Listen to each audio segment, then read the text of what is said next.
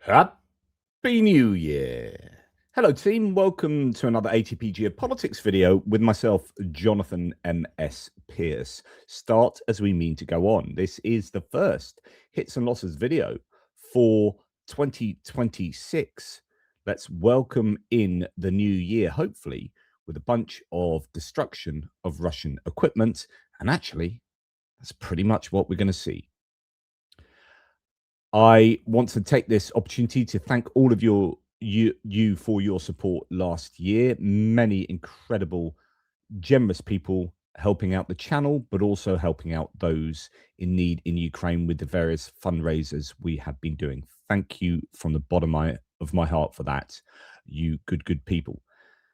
Okay, let's get into the details where we're going to be looking at a whole bunch of Magyar strikes again in the near rear, but also on refineries and loads of strikes deep into Russia. I think we're going to see more and more information come out during the course of today, because last night, yesterday evening and into the night was supposed to be one of the biggest attacks into Russia. I mean, there are various claims that the Ukrainians threw an awful lot of the Russians. We don't have massive amounts of detail, but there is pockets of detail of lots of different things. So it's really good news. We have had Trump, Freudian slip there. Trump climbed down on the claims of Ukraine attacking the residence of Vladimir Putin. So that's interesting, as the Americans have come out and said that it probably didn't happen. And there's a potential loss of a Ukrainian aircraft today, or in the last 12 hours or more. I don't know.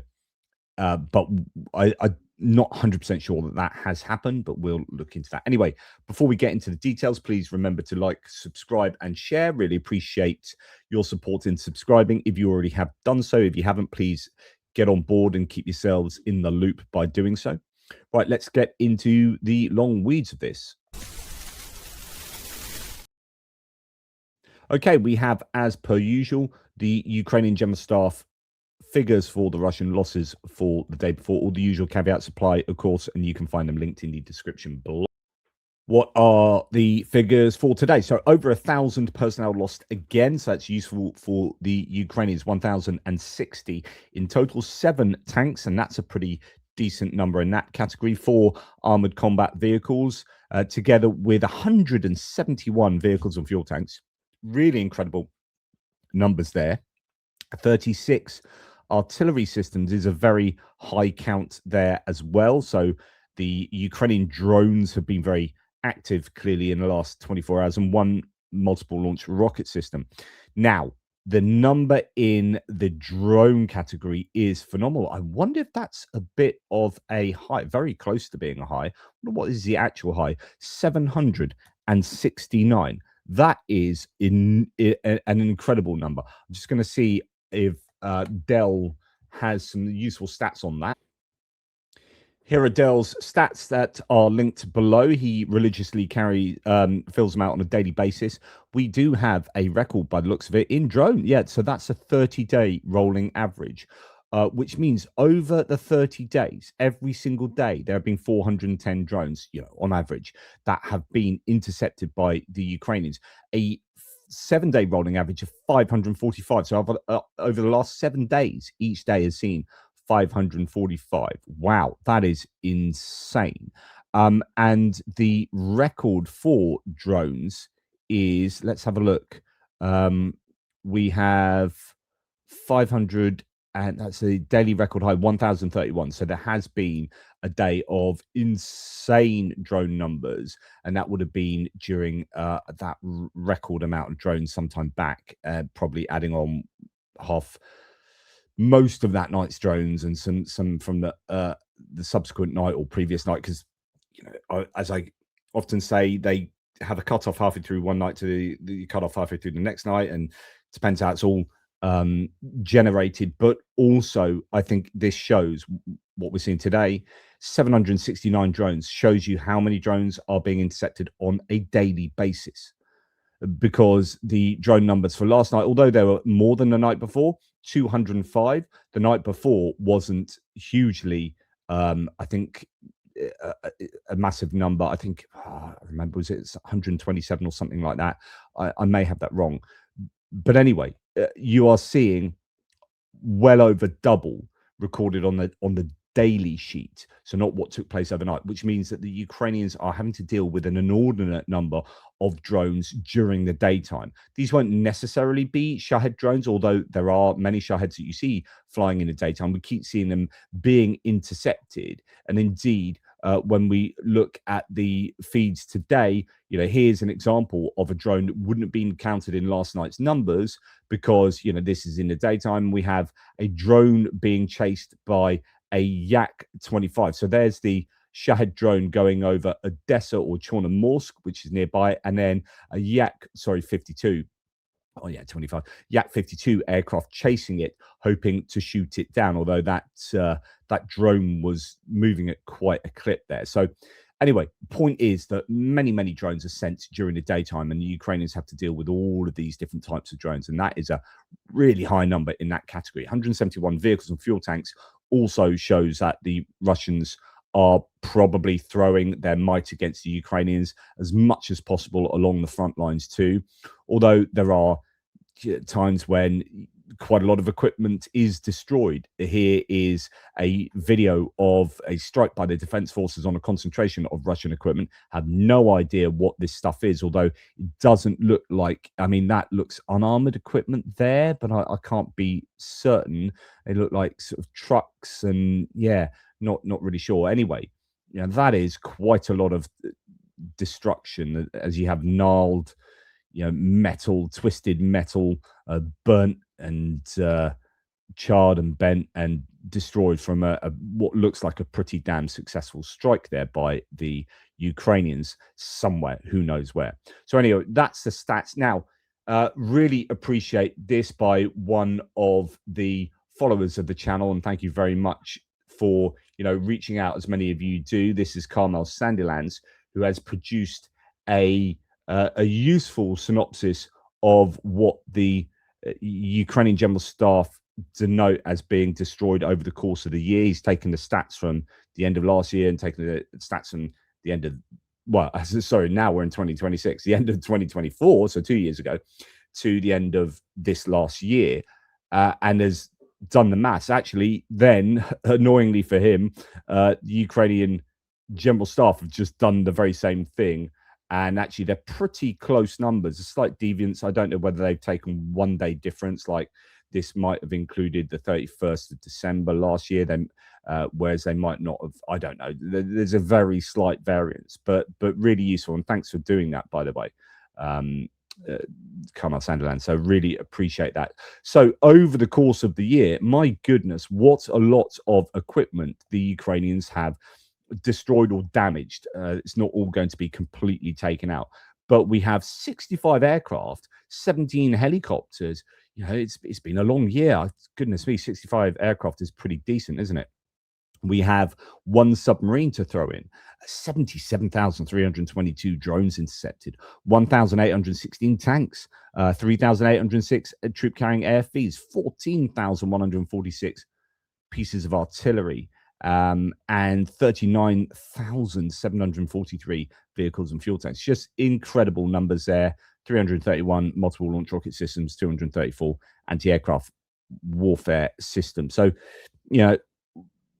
the Ukrainians have been very, very busy. Okay, just one thing from the front lines. I talked yesterday about Rodynske, this settlement just north of Myrnohrad, north of Pokrovsk. That is the area where the Russians have been trying to attack westwards in order to encircle Myrnohrad and Pokrovsk. So they've been fighting both sides very keenly over that settlement. And like I've said to you, it keeps swapping hands, or each side makes these bombastic claims. Well, not bombastic, just, claims that seem to contradict each other, but they may not. It might just be very dynamic, and the Russians do take control of it, and then the Ukrainians take control of it because it's that important. Breaking news from yesterday is the settlement of Rodynske, crucial for supplying Myrnohrad, was fully liberated by the Ukrainians. Well done. But that's a claim that I've seen a number of times recently. So anyway, that's out there again. This is not an unusual sort of confession, sadly enough. Says a Russian participant in the war, native of Dagestan. Quote, I killed a girl and 2 children. I will never forget that in my life. He confessed to committing a war crime in a private house in the occupied territory of Ukraine, shooting of civilians, including 2 children. We've heard this a number of times recently of Russians admitting to or claiming that they have witnessed the commands to kill and others in their units or whatever, killing children, civilians, committing war crimes. I tell you what, people are going to be very busy compiling evidence and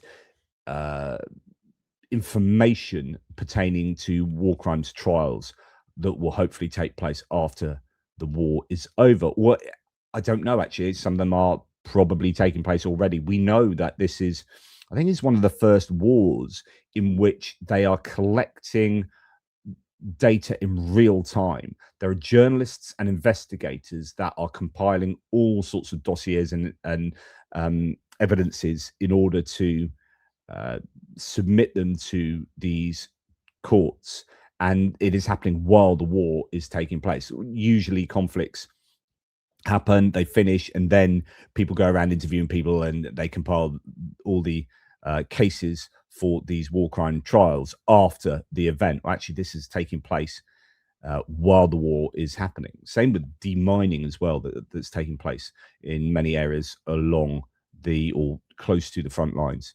But actually, not just close to the front lines. I mean, close to the borders as well, north or in northern Ukraine, where the Russians previously were earlier in the war.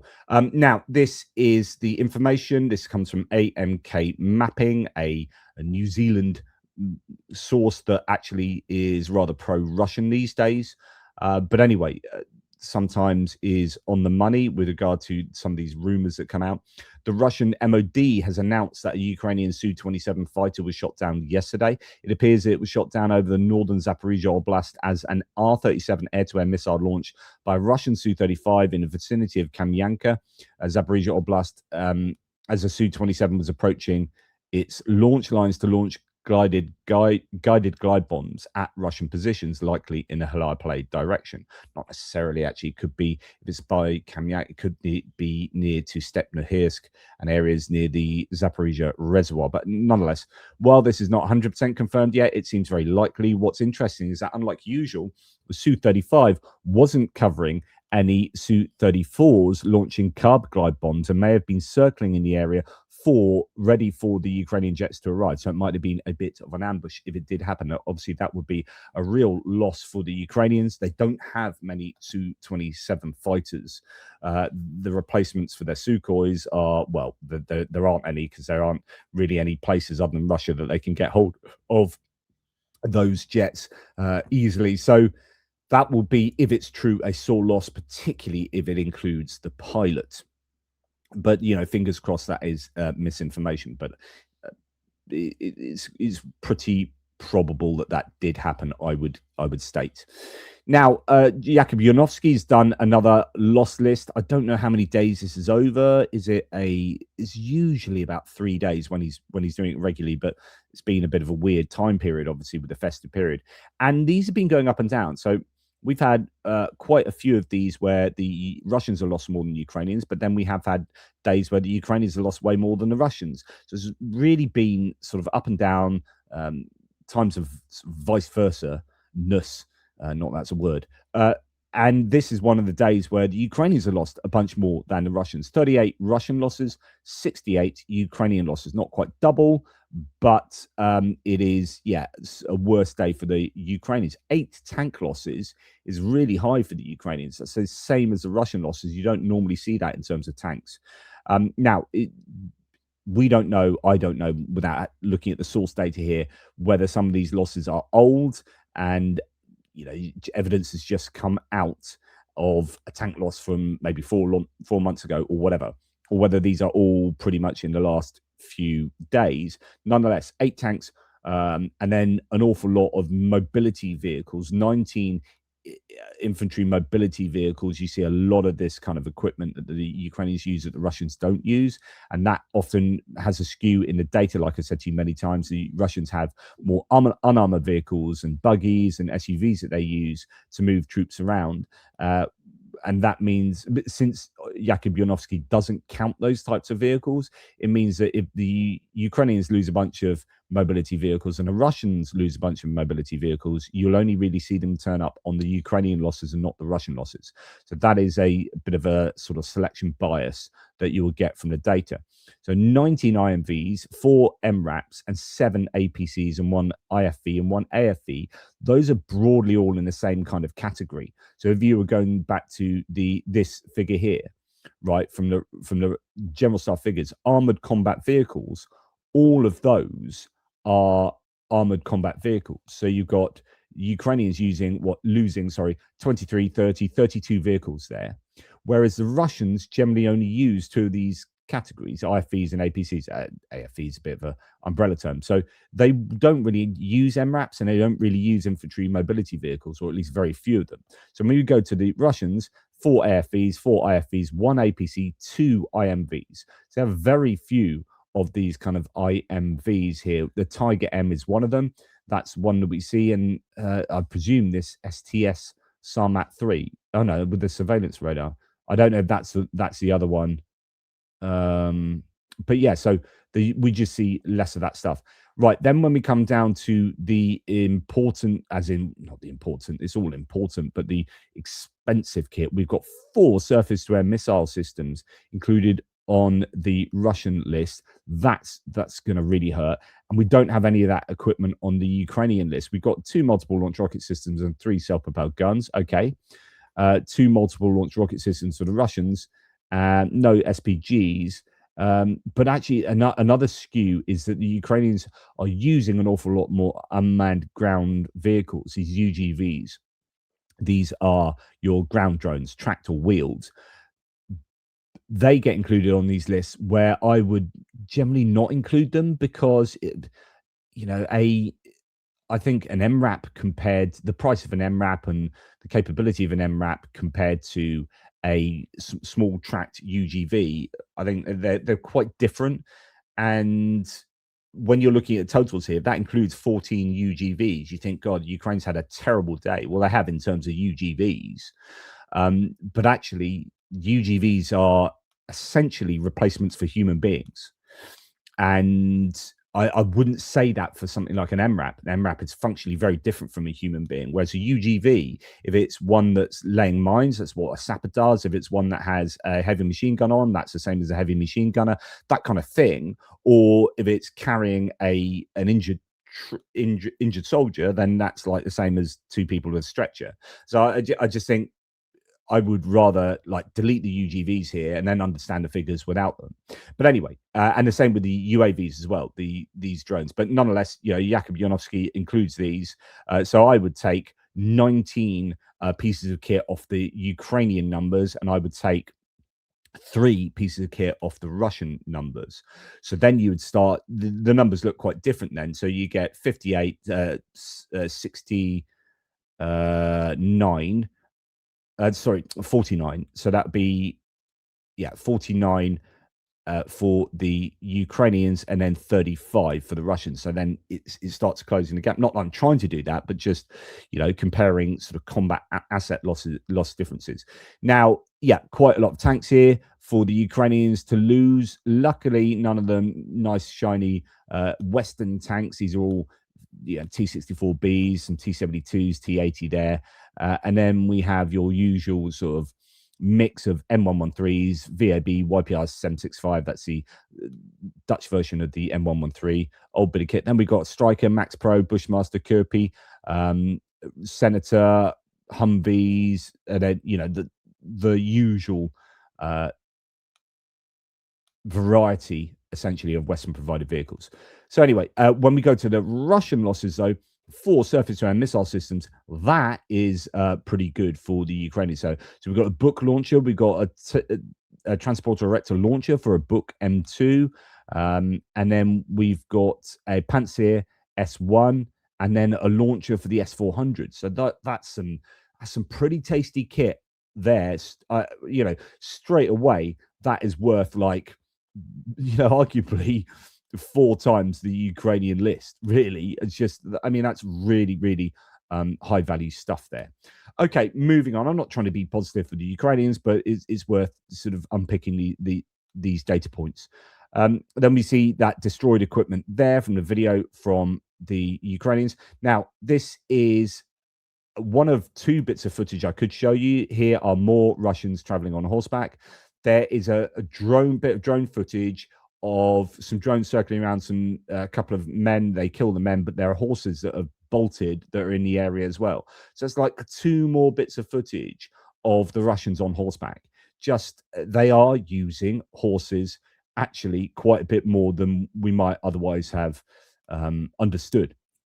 So it's not just the kind of like, oh, crazy bit of footage. Let's just keep showing that and talk about how they've run out of equipment. But actually, it's kind of skewing the frequency with which they are on horseback. Actually, we are starting to see quite a bit of footage of them on a horseback and donkeys being used and all sorts. Right. Magyar's birds have come out and given their kind of end of year synopsis. I'm not going to read through it. It's quite a long one, this typical bombastic flair with the rhetoric here. But saying, you know, well done to all the birds who have been destroying stuff, you know, et cetera, all the stuff that you'd expect him to say. I'm just going to look forward to 2026. So he says, I expect no miracles from 2026. I do not expect the war to end either. Wow, so not in 2026. The bunker dweller has said everything out loud already. Ramp up, double down, uproot, liberate, read, erase for that. He is welcome to go straight to hell. We will gnaw and peck as we do now to the end. The plans for the USF grouping for 2026 will be announced in the coming days in detail with new commitments. This is interesting. The previous commitments announced when I assumed command 7 months ago, I consider fulfilled. Thanks to many, but also despite much.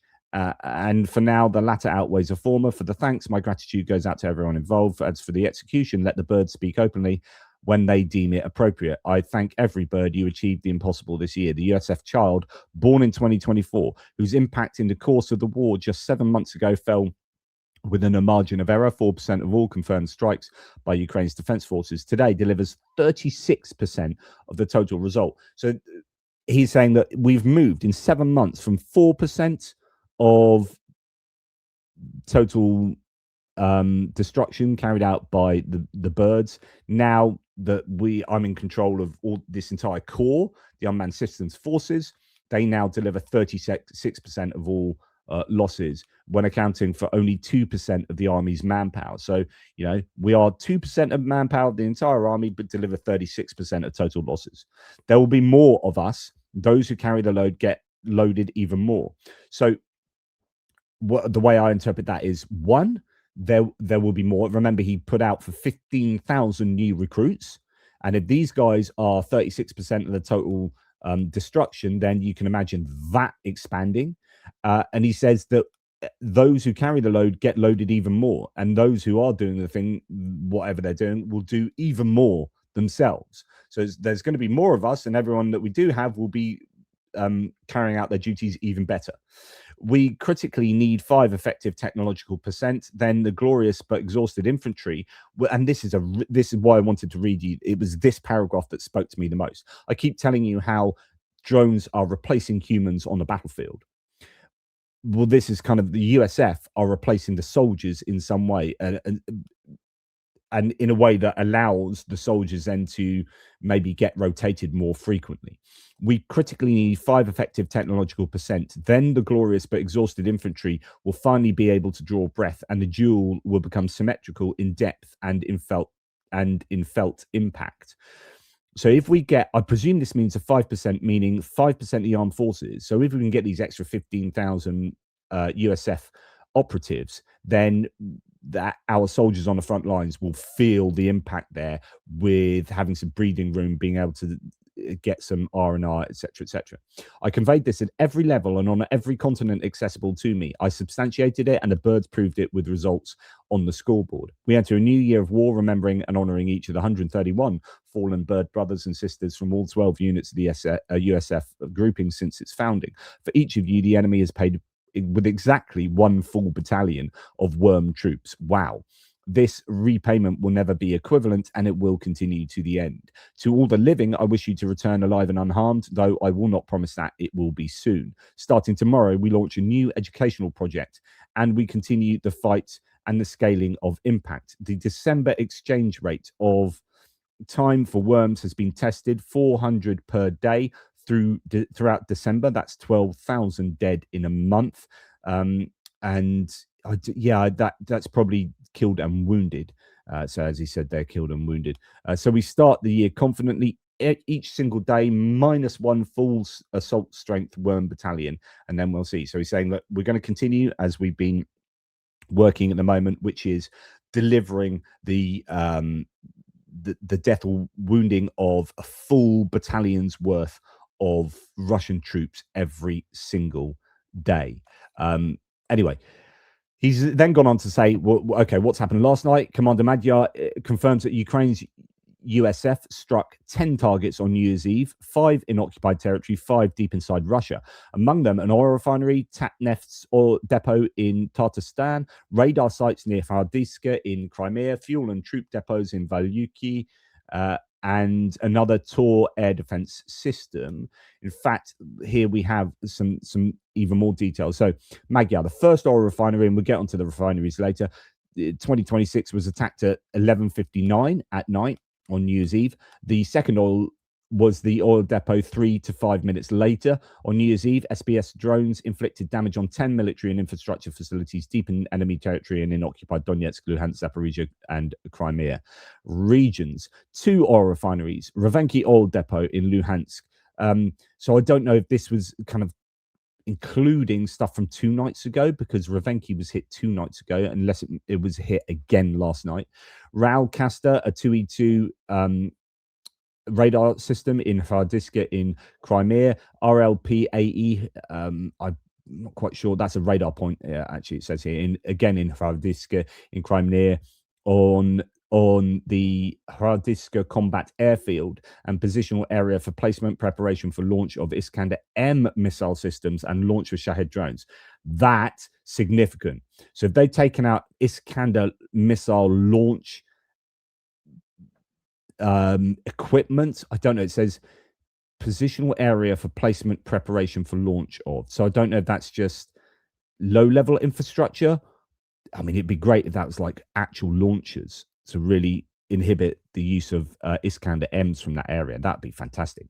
Then he goes on to say the Balashivka Air Base in Zaporizhia, 2 enemy concentration points and fuel and ammunition depots from the 69th MSD and the 283rd MSP rebase in Vladimir, a Tor SAM system, surface-to-air missile system, the 3rd SAM system destroyed during the day of yesterday. So they destroyed 3 surface-to-air missile systems yesterday by the birds of the Asgard Battalion, 412th Nemesis. And I think I showed you those 2 Nemesis ones yesterday, because I talked about how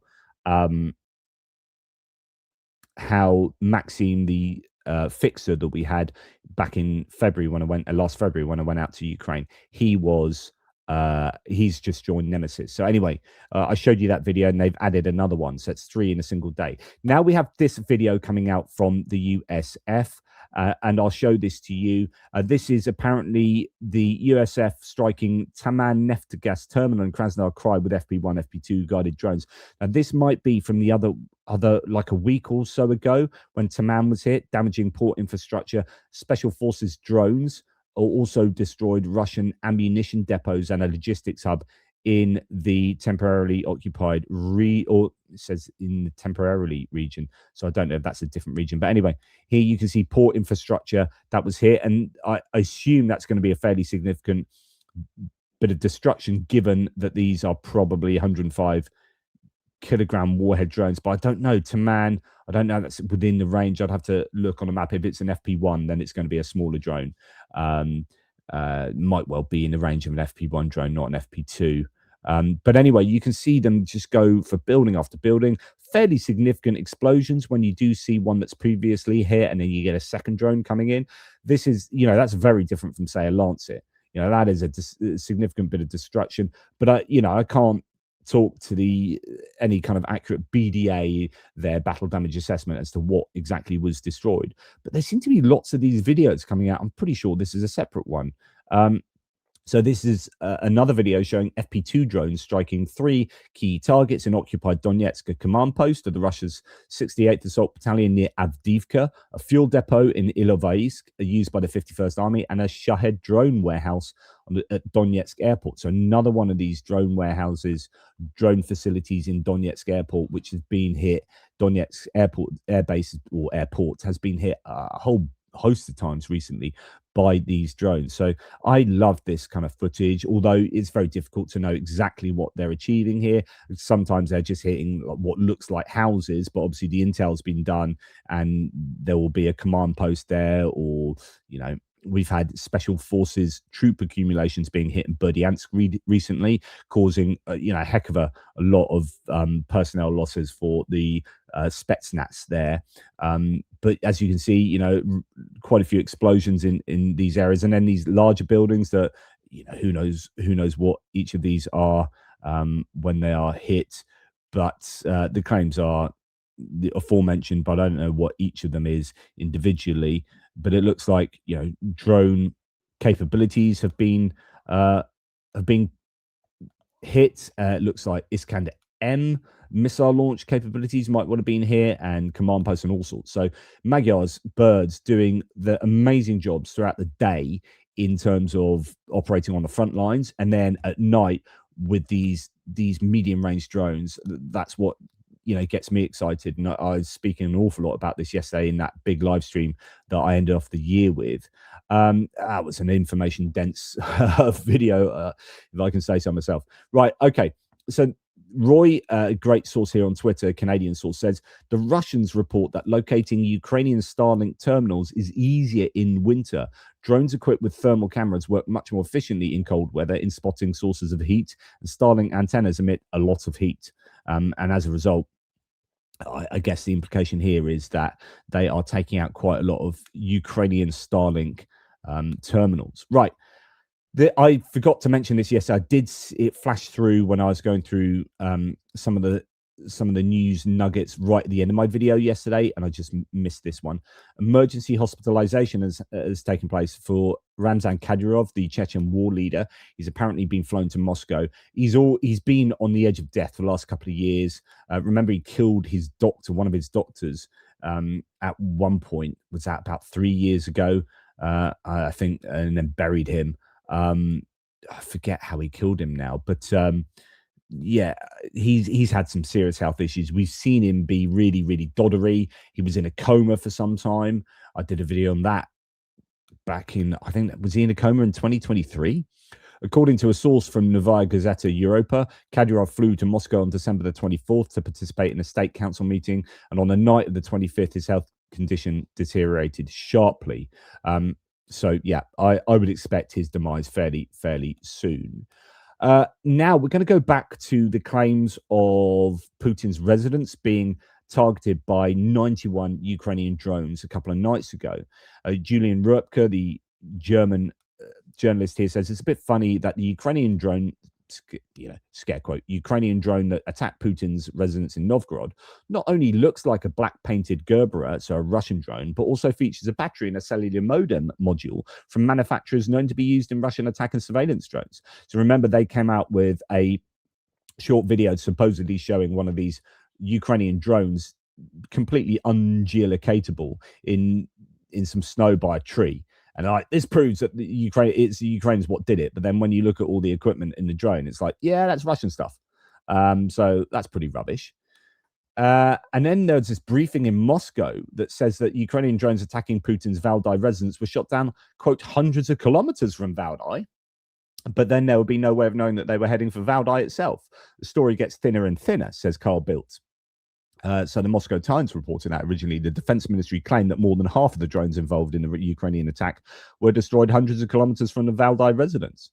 And then the Wall Street Journal has come out with reference to CIA sources saying that Putin made up the attack on one of his numerous palaces.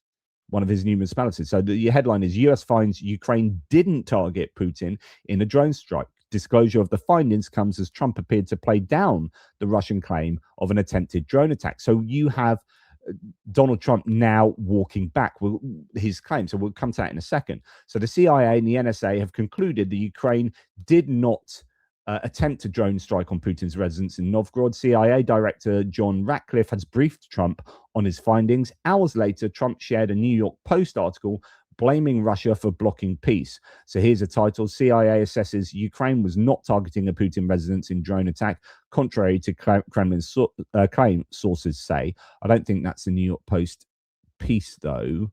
Yeah, I'm not 100% sure. That doesn't look like New York Post typeface. This is the New York Post piece, as far as I know. Although it's not rendering. The New York Post editorial board is spot on. It says Ostap Yerish, quote, look beyond Ukraine. Russia has long supported Iran and this week launched 3 satellites for the Islamic regime.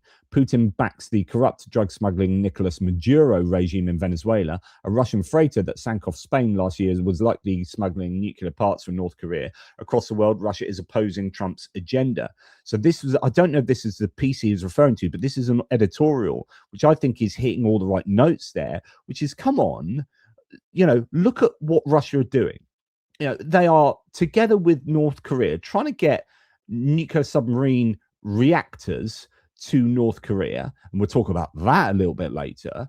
They, Iran, they're in bed with Iran, in bed with Venezuela, and the US is, Trump's supposed to be against Venezuela and against Iran, yet not against Russia. What's going on there? Well, anyway, then we have this Putin attack. So this is the actual New York Post article that was actually being referenced. Putin attack bluster shows Russia is the one standing in the way of peace. I don't know if that, I don't know. Anyway, importantly, and this is why the New York Post is really significant, because it's a Murdoch-owned, tabloid, kind of MAGA-supporting, Republican-oriented newspaper, but it's also pro-Ukraine. And that is super significant. So it often is producing these articles that run against the MAGA grain. You don't often see so much support for Ukraine, say in Fox News or OAN or Newsmax, but in this print media source, they are definitely supportive of Ukraine. So then Donald Trump reposts this with this isn't his phraseology, this is just the title of the article, but Putin attack bluster shows Russia is the one standing in the way of peace. So Trump therefore has changed his tune on this, the claims from Putin about his residence being attacked, and also therefore you would assume by implication here is agreeing that Russia is the one standing in the way of peace. So this is an about face that I think is really important. Tim White says, well, I didn't expect Trump to repost this by New York Post, actually, criticizing Putin and accusing the war criminal of standing in the way of peace. Peter Curzin here says, showing Trump's Truth Social post there, even Trump is calling out Putin's propaganda. Trump just shared this on his Truth Social. So when he is publicly saying Russia is blocking peace, the narrative collapses. It isn't Europe. It isn't NATO. It isn't Ukraine. It seems that even the one leader Moscow assumed would always give it cover isn't. The cover is gone. Not a moral awakening, just the propaganda floor dropping out. Now, yes, if Trump doesn't just change his mind in another couple of days, right? And we've seen this so often, haven't we? But, as far as good New Year's news goes, that is really good New Year's news. We need Trump to be against Russia. We need him to be believing of the Ukrainian claims when they say we didn't do that, rather than believing of the Russian claims when they say they did do that. So that is as good a news, as we could have hoped for with regard to Trump, realistically, with regard to Trump over the New Year's time period. Right. Now we're going on to distant strikes. 205 drones sent into Ukrainian airspace, 176 of them taken out. That's a pretty good interception rate. Mostly Shaheds, were launched. Multiple directions, air defense shot down or jammed 176 of them, north, south, and east. At least 24 drones hit 15 locations, though. Here you can see what the you can see the trajectory of the routes of these drones. On New Year's night, Russian forces launched waves of drone and missile strikes targeting Odessa, Dnipropetrovsk region, and Volyn. So the missiles probably came earlier, before the night began. Over 100,000 people in Volyn lost power. Residential buildings in Odessa and Dnipropetrovsk were damaged. Fires are now, though, contained. So you can see an awful lot of attention being paid to Lutsk in northwestern Ukraine. Not often targeted, but when they do, you know it will be a specific, probably military-industrial complex target there. Maybe like, let's say, I'm guessing here completely, but like a fire points factory, or maybe a military target, like some kind of airbase or something. I don't know. I don't know if there's an airbase there, but you get my meaning. I think that's probably fairly. There are probably fairly important targets being put in the crosshairs there. Then quite a few close to the front lines, up in the. Actually, some of that looks in the Seversk Liman direction. I can't tell. Here's maybe Kramatorsk, Sloviansk area, but I think that's a little bit further. I don't know. That looks like that's Pokrovsk area that's being targeted there. And then Zaporizhia with some missiles that we don't have on the overnight numbers. And then Odessa, Chornomorsk, maybe Ishmael. I don't know. I know they're further down here, actually, but probably Chornomorsk then, in the Odessa region. Then up in Sumy, Chernihiv, Kiev a little bit, but actually Kiev got away with it, and Kharkiv also targeted. So quite a lot of different places. You've got no, actually this is Kherson up here, not targeted by drones, but certainly targeted by shelling. So I've already shown you the Shahed drone that was followed by the Yak 52 there in Odessa. Here we have some imagery coming from I'm not sure. Yeah, the picture. This is Lutsk. Lutsk under drone attack. So was Odessa. Explosions heard in those cities again. Here's another Pochta post office, really important post office. They do such amazing work in Ukraine. That was targeting in Odessa. A drone was shot down, but a little too close to the target, it seems, as falling debris hit the car park of the office. No one was injured, and only one truck burned down, but it was fully laden. So that's a real shame there. And then here we have Kherson region. So collaborator Saldo, the Russian leader in the area, reported an attack on a cafe and hotel in occupied Horli. So this is, occupied Horli. So I got this wrong. So that's why Saldo is reporting it. So this is Ukraine hitting the Russians here. Previous similar attacks show that such establishments often host gatherings of occupation administration officials and military personnel during the holidays. So one would assume this was some kind of meeting or celebration going on between military personnel. Bit of intelligence got out, and it was struck by the Ukrainians there. So actually, I've got that one the wrong way around. But just before we go on to the Ukrainian strikes, it's worth knowing that 2 more Patriot air defense systems have been deployed to protect Ukrainian cities and critical infrastructure following recent agreements with the German government. So they've got 2 more Patriot air defense systems from Germany, it appears, a significant boost to Ukraine's layered air defense. Then we saw images like this quite frequently last night. I say frequently, there was a number of different maps. This is one of them showing a lot of attacks north up towards sort of Moscow or Tver region or in that general direction.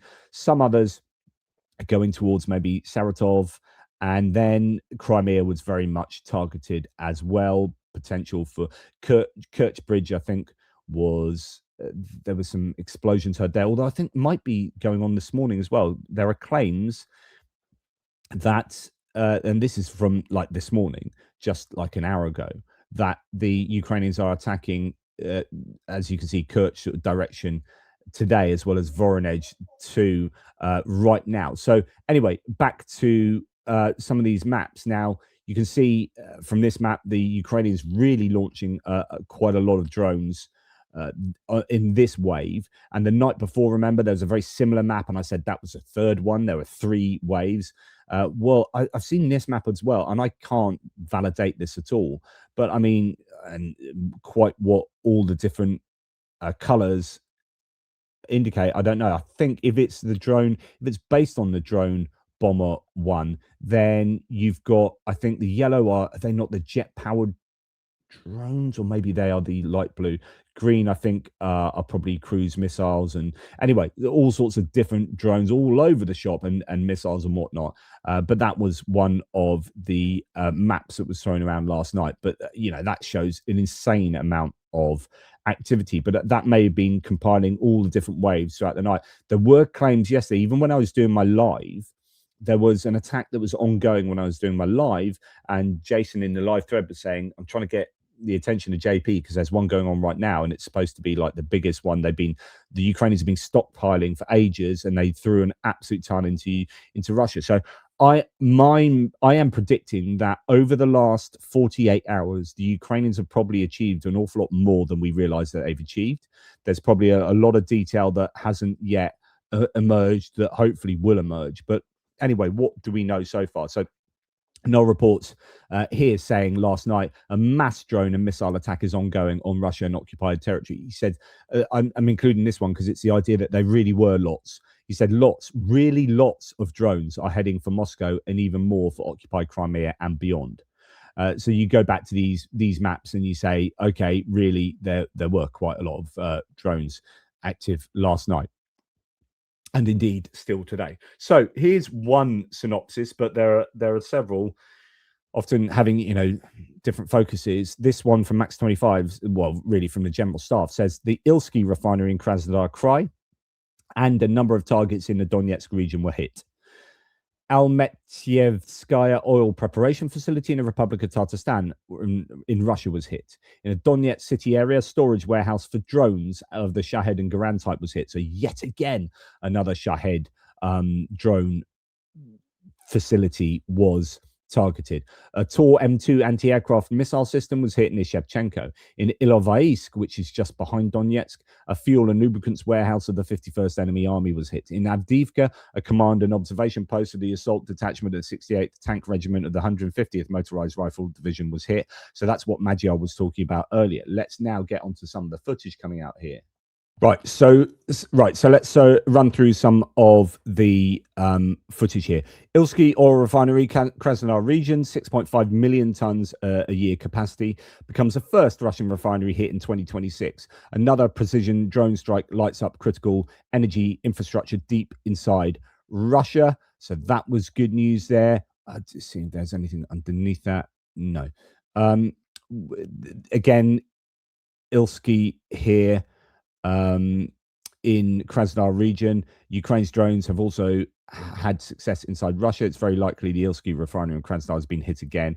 This was on the back of there's quite a big Russian drone attack in Ukraine for the past hour, but on the back of him reporting on other potential strikes there. A Russian media report that Ilsky oil refinery and oil depot in Lyudinovo, Russia, were the first to be attacked by drones in the new year. And actually, that makes sense of a bunch of other ones that I've seen. Lyudinovo, so that's the Ilsky refinery in Lyudinovo.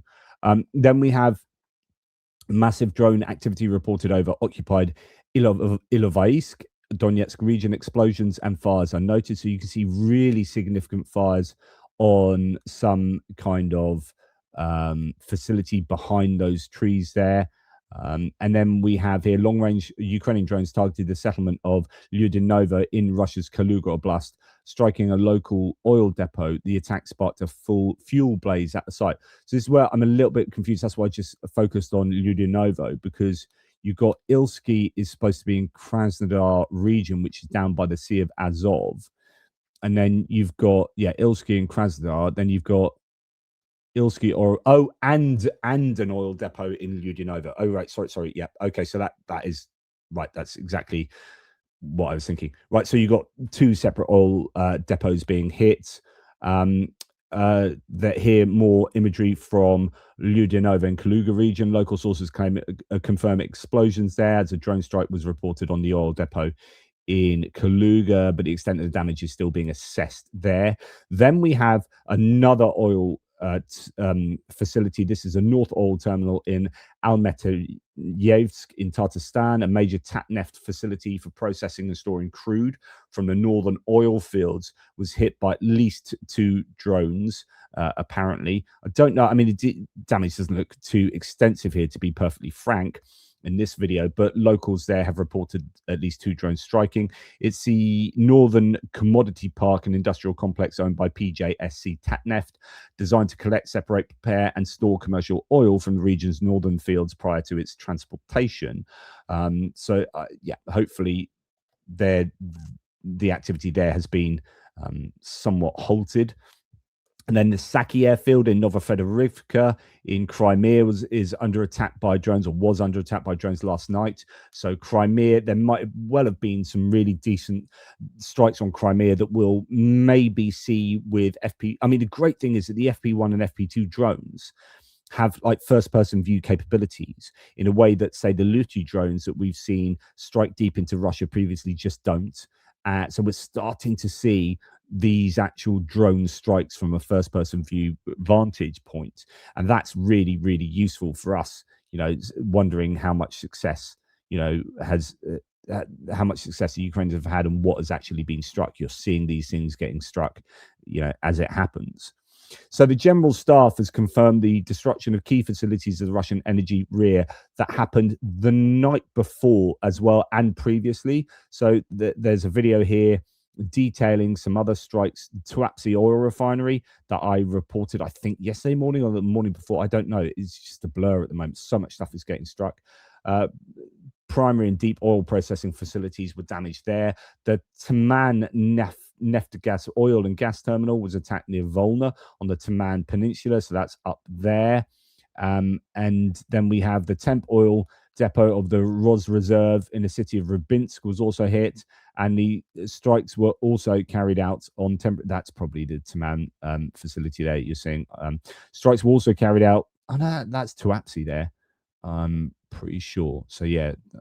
But then it goes on to say strikes were also carried out on temporary riverboat base near Olenivka, which I reported yesterday, and ammunition depots in the Blizhny and Seattle districts of Donetsk Oblast. So it's just so much stuff happening every night, and we get details emerging, you know, of what happened last night, but then also what happened the previous night, and then also what happened maybe the night before, and it all gets very difficult to work out exactly when some of these strikes were done without having to go back and do heaps of checking of my previous videos here. So footage, so now we are seeing like direct again these FPV style drone strikes from FP1s and 2s. We starting, you know, this is maybe 2, maybe 3 nights after Tuapse was struck. I think Tuapse was 2 nights ago, night of the 30th to 31st. Yeah. So this footage confirms those strikes. I mean, we saw them from kind of ground level. That was the one with the flames going up sort of 20 meters into the sky, or 20 meters up from the point of the fire. But here are the drones striking the facility. Just it's amazing how much we get to see of this war, both from kind of FPV drones and Baba Yaga drones on the front lines, and then in the near rear, and then in the deep rear. It's just more and more is being caught on camera. Anyway, so that's Tuapse being targeted there in that footage, and you can see, you know, roaring fire at the end of that video. It's still fairly difficult to work out the extent of the battle damage assessment, or the battle damage. Drone sanctions are being rigorously applied to an oil depot in Kopaevo in Yaroslavl Oblast. I reported this yesterday morning, but there's more footage coming out of that. The close-up video shows lots of Russian oil being rapidly converted into heat and light. Just, you do wonder, with this purple patch of strikes, but also going back last 6 months, you don't wonder. I mean, the Russians must surely be hurting massively economically with these strikes. I mean, the thing about Russia is that they are so dependent on hydrocarbons that this is their weakness. That they are, you know, big, what is it, the gas station with the government or whatever that it's previously been called. Well, if you blow up the gas station, then what are you? You're really struggling, and this is their huge weakness at the moment. So anyway, Drone Bomber has a map of what's going on right now. So I guess we're going to hear more details of explosions and whatnot and strikes as the day progresses. Now, I've just, as I paused the video earlier, Andrew Perpetua, Pierre let me know about this. Andrew Perpetua has a bit of a summary here. So this is going back to my first segment. It's well worth having a look at what he has to say, because he looks at probably more videos than anyone concerning this war. The number can still go up, he says, because we have more video to work through, etc. But here are the Russian KIA we have for December. Total 5,724, an average per day of 184.6. Now, what's significant here? I mean, this is going to be your absolute baseline minimum of people being killed. Like, and it's pretty macabre and it's horrible. And, you know, putting aside the human psychology and emotions involved in this, and some of you be super happy, some of you be like, oh, this is a bit harsh. But, you know, we need to understand what's going on in war here. And Andrew Perpetua and his team are looking at people who actually are dying on camera and saying, right, over December, we have had an average of 184.6 people die on camera per day, which is way up from previous periods, basically. And this is your bare minimum. So this is going to be a massively conservative minimum, but it is your, these people have definitely died, right, type thing. So, you know, the Russians are taking really heavy casualties. Is essentially what we are confirming here. December was a high, because there are going to be so many more people who die in this war that aren't caught on camera.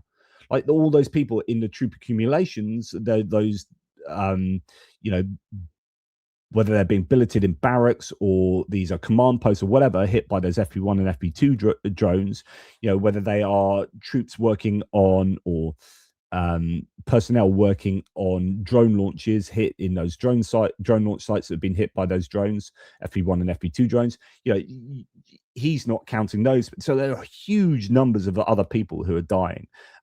Every single, you know, close counter attack that isn't caught on camera, or mortar or artillery fire that hits a trench line. So December was the highest KIA month we've ever seen by a wide margin. So the total for the year is 48,869. Wow. So that's people who have been killed on camera. Daily average is 134. So 134 is the daily average for the war, but the average from December was 184.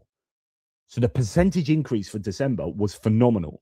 Daily average since we started counting, 126.8. So the year was 134. The average for the whole time they've been collating this, which wasn't, they only started doing this quite late into the war.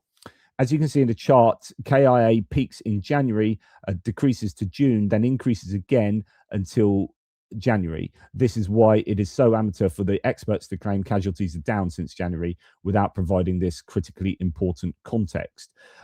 So here you have the numbers, but December as a whole was a really bad month for the Russians. So you can see that here. That's the 1st of December through to the end of December. Very high numbers. You know, some days, look, one day with 300 in a single day caught on camera. So there is where we are at the moment. December 2025. It was very high back in December to January 2024 to 2025. So it seems like the kind of Christmas period is your heaviest period. And he only started doing it at the back end of 2024. What other, some more stats there for you, looking at the averages in those months, really shot up in December. Useful stuff there from Andrew. Okay, now moving on to other bits and pieces. So we are going to start with the ship that left St. Petersburg recently that's been detained in the Gulf of Finland by the Finns as a result of it destroying or severing undersea cables between Finland and Estonia. damage was discovered this morning, so I think that has done actual damage. The ship being inspected is flying the flag of St. Kitts and Nevis. Several Estonian submarine cables have been damaged in recent days, says this news piece. So Finland's authorities, says Anton Gerashenko, referring to the Finnish media outlet Yle, they've seized control of a vessel suspected of damaging data cable between Helsinki and Tallinn. The data cable was damaged today, and the anchor chain of the vessel was hanging in the water. 14 crew members were detained. Good. More of that needs to happen. Well, not more of the destruction, but more of the robust response. Expect Russian hybrid war to increase in 2026, says Maria Drutska, as they get more desperate due to their growing economic collapse. Although we did hear as well that they're cutting back on some of this activity because they really want to protect their ghost fleet, their shadow fleet, from being able to deliver oil unhindered. So, but really good news that the Finns have been robust in their response to that. Now, the Russian shadow fleet, speaking of which, that sank in 2024. So this one that was carrying the North Korean submarine nuclear reactors, apparently or supposedly. We are hearing now from La Verdad, Spanish source, that it may have been torpedoed. So the vessel, the Ursa Major, sank on December the 23rd, so pretty much a year ago, about 60 nautical miles from Cartagena, but it may have been torpedoed. Wow. Who would have been responsible for that? But of course, watch out for may have been. It does a lot of heavy lifting. It's fairly modal. Percentage may. What is may in terms of intelligence analysis? I don't know if I'd said may have been. It's probably 30-40%. So it's not more probable than not. It may rain today. That's probably a 40%. I'd assign that a 40% probability. Okay, moving on from that, I mean, that's a pretty incredible claim. Reported on Moscow social media, banks in Russia have started massively blocking the withdrawal of large sums of money through ATMs. The owners are contacted and asked why they need such amounts. It is not possible to retry withdrawing money until 5 minutes has passed. So they are obviously worried about money being withdrawn. And according to estimates by the Foreign Intelligence Service of Ukraine, the war against Ukraine has cost Russian taxpayers $550 billion since 2022. This is 24 times more than Russia spends annually on higher education, or 22 times more on annual budgets on healthcare. The Kremlin keeps a significant portion of its military spending secret. 59% of the military budget is classified. Over the first 3 quarters of 2024, 4.816 trillion rubles were spent under open items, while 7.038 trillion rubles were spent under closed items. So there you go. Right. Zelensky has said, I guess in a kind of New Year's address, what does Ukraine want? Peace, yes. Or at any cost? No. We want the end of the war, but not the end of Ukraine. Are we tired? Very tired. Does this mean we are ready to surrender? Anyone who thinks so is very mistaken and obviously never understood who Ukrainians are. So that's fighting talk from him. He said Russia does not end its wars on its own. There's never been a war in history that it ended on its own free will, only under pressure, only under coercion, which it then calls a goodwill gesture. So, you got to force Russia to stop. Don't expect it to stop because of negotiations. You got to force it to stop. This has been true throughout its entire existence, he said, as confirmed by Poland, Turkey, Finland, Syria, Georgia, Abkhazia, Ossetia, and Chechnya, because almost the entire territory of Russia was assembled through wars. Now, we hear that Witkoff has said that Marco Rubio, Jared Kushner, and I Steve Witkoff, just had a productive call with National Security Advisors Jonathan Powell of the UK, Emmanuel Bon of France, Günther Salter of Germany, and Umarov and Zelensky to discuss advancing the next steps in the European peace process. We focused on how to move the discussions forward in a practical way on behalf of Trump's peace process, including strengthening security guarantees and developing effective deconfliction mechanisms to help end the war and ensure it does not restart. We also spent time on the prosperity package for Ukraine, of course, how you make money, how to continue defining, refining, and advancing these concepts so Ukraine can be successful, resilient, and truly thrive once the war is over. Many additional details were discussed. And of course, that's important that Ukraine has to thrive economically after the end of the war, but it shouldn't be how does the US thrive on the back of Ukraine at the end of the war. but that's, I think, how he sees it. Now, brilliant reporting by the New York Times on Trump's Ukraine policy. There's so much is coming out of this article. I really should go into the full article. The separation inside the unraveling of the US-Ukraine partnership.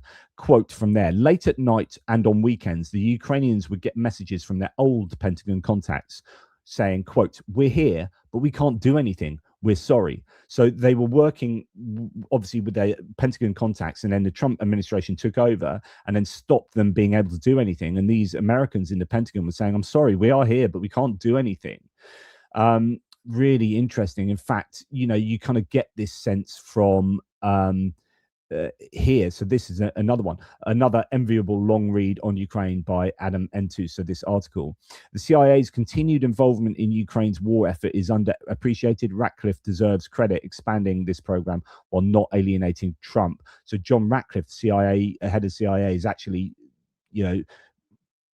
doing a good thing, because J.D. Vance, Pete Hegseth, and Elbridge Caldwell, they have not only endeavored to sell out Ukraine, they've delighted in the country's plight. So we hear from this article that Waltz, who was a previous national security advisor before Signalgate saw the end of him, and Marco Rubio would perform the eviction, a lunch. So this is when Zelensky was ambushed in the White House. They told the Ukrainians was clearly not going to be productive. The Ukrainians resisted. The Americans insisted. On the way out, a senior US official recalled Ukraine's ambassador, Oksana Markarova, looked as if she was crying. Afterwards, Mr. Trump and his advisors ate the lunch. In his office after that afternoon, Fox News rerunning the showdown, Mr. Hegseth turned up the volume to hear the commentary. Mr. Caldwell and others came in, Pentagon officials recalled, and the men took turns gleefully, even giddily, deriding Mr. Zelensky and praising Mr. Trump.